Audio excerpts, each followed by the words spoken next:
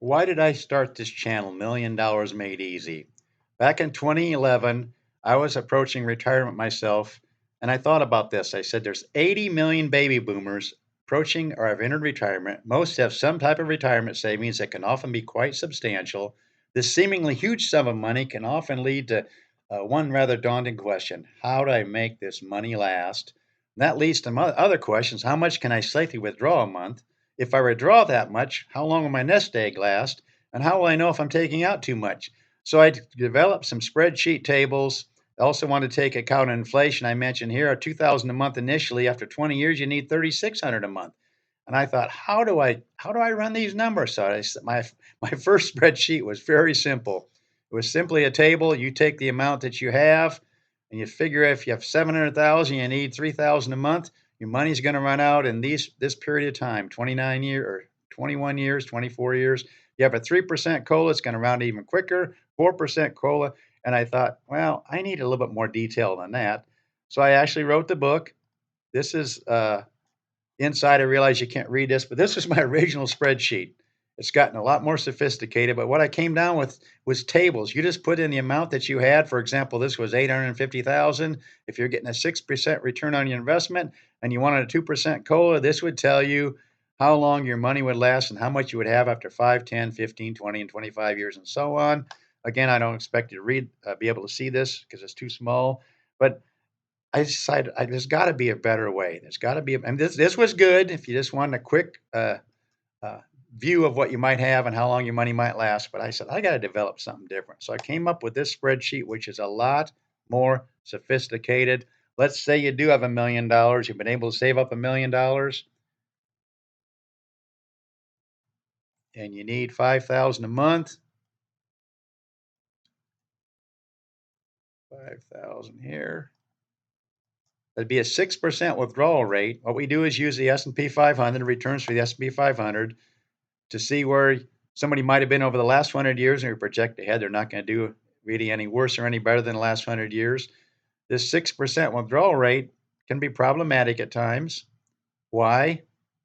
Because some years we had some down decades. In this case, not too bad, but what have we not taken into account? I said, man, I got to take into account inflation rate. I did that. I did that with the table. I'm on in my book here. I said 3% cola, 2% cola, 3% cola, and 4% cola. I said I got to implement that. So we went ahead and picked. Let's do a 3% cola. But we also, how about a different asset allocation? You don't want to leave it all in the S&P 500. So I got different choices here. For example, 70% stay in the S&P 500 because you want to have the returns when the market does come back after these down years, but you want the cash reserve account there. So when the market is going down, you're not taking your money out of the nest egg, you're taking out of your cash reserve. You don't want to take it out of the S&P 500 because that would be selling low. So I thought, okay, what else can I consider here? So after that, let's go and update these numbers. There's another thing we have not yet taken into account, and that makes a big difference. Right here, we got 16% of the time you're running out of money given that scenario, mostly during the Depression years, but also during the years 2000 to 2003 or so. But what are we not taking into account? Social Security. Say, for example, you're getting this 5,000 a month, but say you're going to take Social Security fifth year into your retirement. Say you retire at 62 and you want to take Social Security at 67. Within this 5,000, which is going down, it's increasing by 3% a year, you only need $2,000 less starting in the fifth year. So we can update this, and this will knock this percentage down. Social Security is a big help you need to plan for. I was not able to do that in the book. On this channel, I can do that. Look at this. Only 2% of the time you'd run out of money.